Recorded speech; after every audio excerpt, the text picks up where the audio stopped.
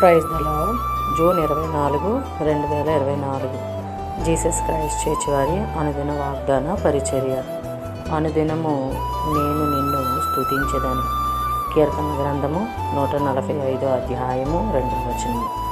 ప్రియదేవుని వారలారా, ఈ ఉదయకాల సమయంలో దేవుడు దావీదు గారి ద్వారా మాట్లాడుతూ ఉన్నారు. దావీదు అంటున్నారు, దేవా, అనుదినము కూడా నిన్ను నేను స్తుతిస్తాను అని దేవుడితో మాట్లాడుతూ ఉన్నాడు.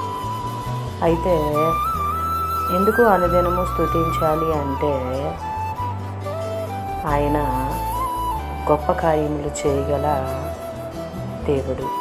ఆయన ఆశ్చర్యకరుడని, ఆలోచనకర్తని, నిత్యుడగు తండ్రిని, సమాధానకర్తని, అధిపతి అని, సైన్యాధిపతి అని, మృత్యుము చేయడని, అంత గొప్ప దేవుణ్ణి స్తుతించాలని మాట్లాడుతూ ఉన్నాడు దావీదు.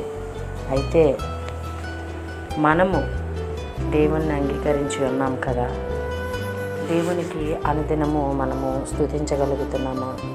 మన కష్టములోని, మన సుఖములోని, మన ప్రతి పరిస్థితిలో కూడా దేవుడు మనతో తోడుగా ఉంటున్నాడు కదా, మనం ఆయన్ని స్తుతించగలుగుతున్నామా?